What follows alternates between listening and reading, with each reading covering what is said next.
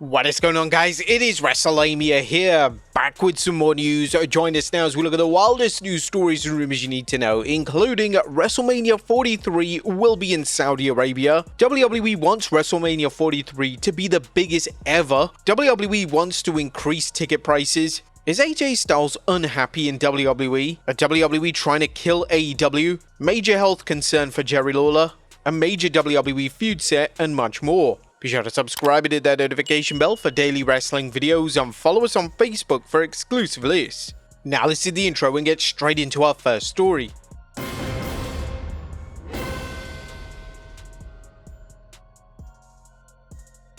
Now, first story looks at WrestleMania 43 will be in Saudi Arabia. Now, our top story today takes a look at WrestleMania 43 and how it appears we already know the location for the event. Yesterday, Turki Al-Sheikh, who's the head of general entertainment in Saudi Arabia, took to Snapchat to state that WWE is bringing their signature event WrestleMania to Saudi Arabia in 2026. Fans have eagerly been anticipating WWE to confirm the news, and according to PW Insider, the claims are true and WWE will indeed be presenting WrestleMania 43 in Saudi Arabia. Earlier today, there was a press release issued in Arabic that WrestleMania 43 will be held in Saudi Arabia in 2027. The press release was yanked shortly after it went out, as it was apparently sent out accidentally before it was scheduled to be publicly issued. PWInsider.com can confirm, however, that the story is 100% legitimate and an announcement is coming very soon, bringing WrestleMania to an international location outside of North America for the first time ever. Saudi Arabia will also host the 2026 Royal Rumble. Now, there were rumors that WWE would be planning 2 WrestleManias in 2027, one presumably in the US and one in Saudi Arabia. However, PW Insider has now confirmed that the Saudi show is the only WrestleMania. Now, it was only a matter of time before Saudi landed their very own WrestleMania. Knowing how much money WWE demands in order for its cities to secure rights for the show, Saudi must have paid an astronomical amount of money. In fact, not long ago, Tennessee Titans president and CEO Burke Nichol mentioned that WWE had committed to bringing WrestleMania to Nashville, Tennessee for the first time in 2027. They had hoped that WrestleMania would take place in the new Tennessee Titans Stadium, which is set to open that year.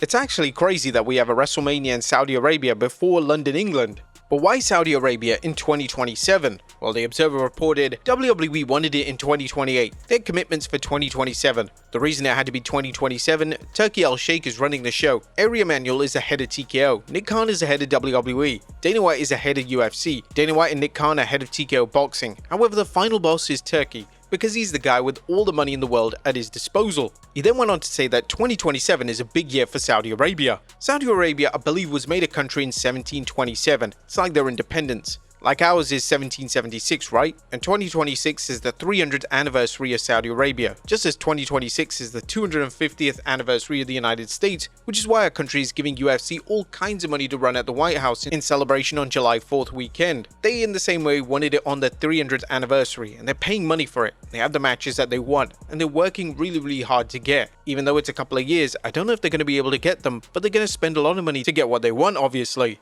Next up, WWE wants WrestleMania 43 to be the biggest ever.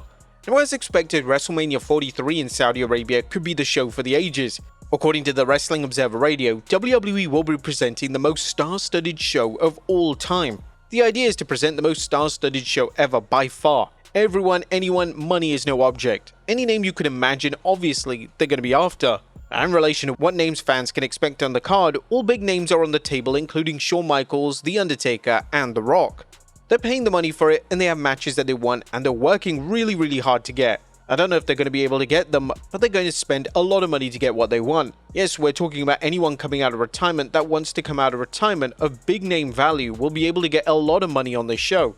I would presume all of those people would be contacted. Shawn Michaels, The Undertaker, The Rock, Stone Cold Steve Austin, and ones who want to do it will be able to. The only ones who have any interest in a great payday, they'll be able to get on the show.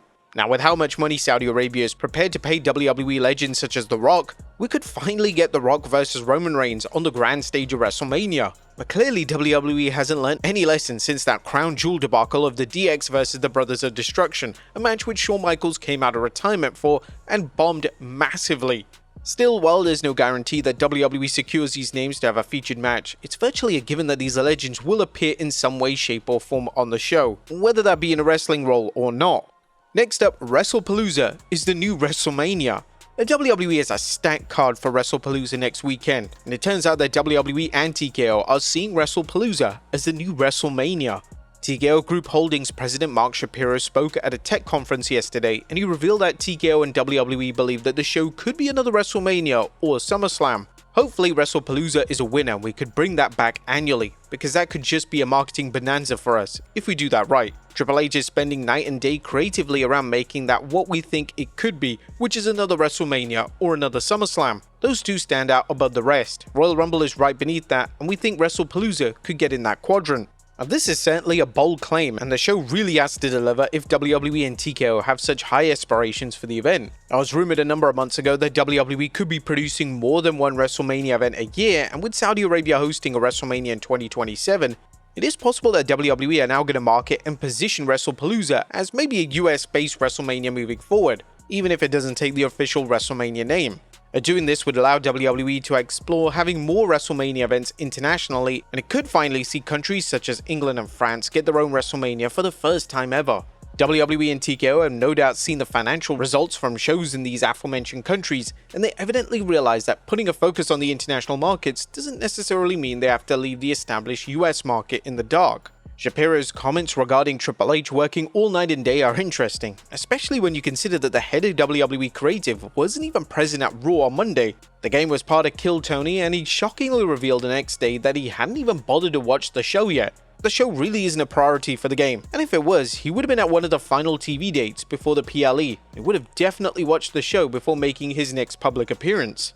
The marketing for the event is also kind of weird. Despite it being the first ever event on ESPN for WWE, they haven't even bothered to produce an official poster for the show, and instead they're just using the logo to promote the PLE. This is a strange move, and hopefully it's not a sign that WWE is scaling back when it comes to their graphics and presentation, as they're an integral part of the show and the hype. Next up, WWE wants to increase ticket prices. Speaking of Mark Shapiro, he made some comments at the conference yesterday that has WWE fans talking for all the wrong reasons. Shapiro would discuss WWE's pricing model for tickets, and instead of acknowledging the insane prices that WWE and TKO are charging for basic events, he decided to claim that they could be looking to increase ticket prices, and even decided to take a shot at Vince McMahon. WWE is not where the UFC yet is on ticket yield. We have our work to do there. We know we have a lot of room there because Vince McMahon was primarily pricing tickets for families and wasn't totally focused on maximizing the opportunity there.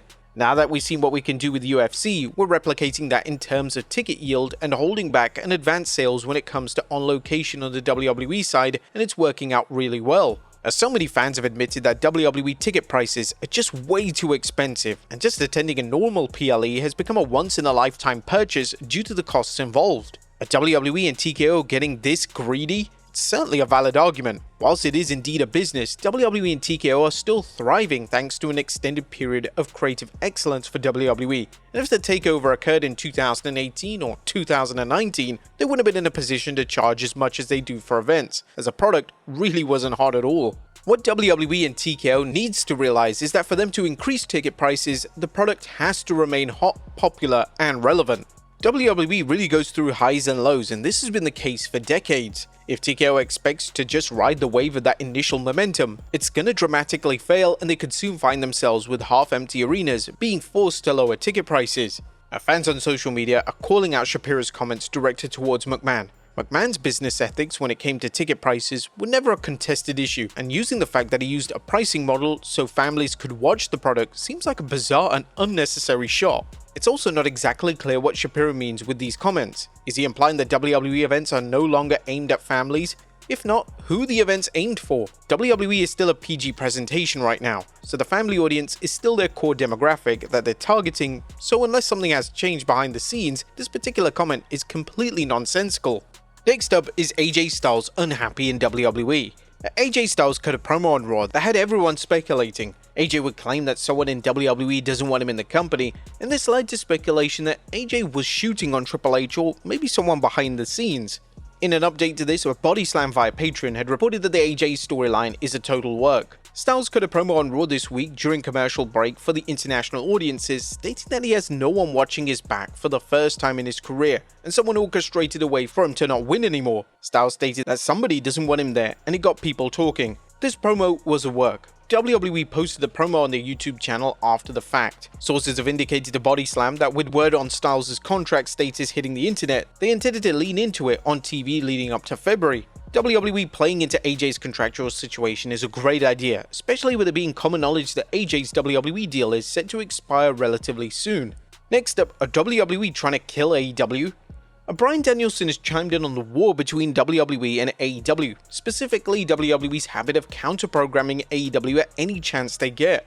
Speaking to Ned and Josh, the former AEW World Champion stated that having two thriving companies gives fans options, and it doesn't make sense why certain people in WWE don't want AEW to exist. It gives you options because obviously All Elite Wrestling focuses our wrestling on different things than WWE does. Yeah. So having different wrestling companies allows different types of entertainment. Like, for example, I don't watch many movies or many shows. Yeah. But when I do, I like to watch comedies. Some people love horror movies, right? Yeah.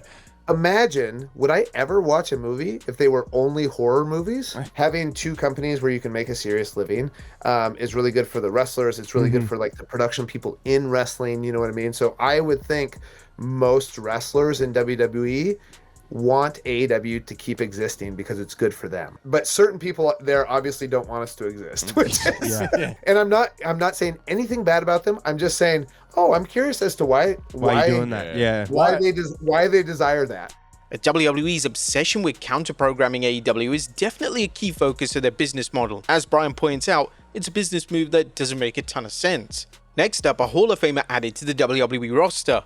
It was never made clear how long Nikki Bella would be back as an on-screen WWE character. However, last night she was added to the WWE Superstar page on WWE.com, suggesting that this run isn't going to be brief. AJ Lee has also been added, which gives credence to the report that the former WWE Divas champion has signed a full-time deal with WWE.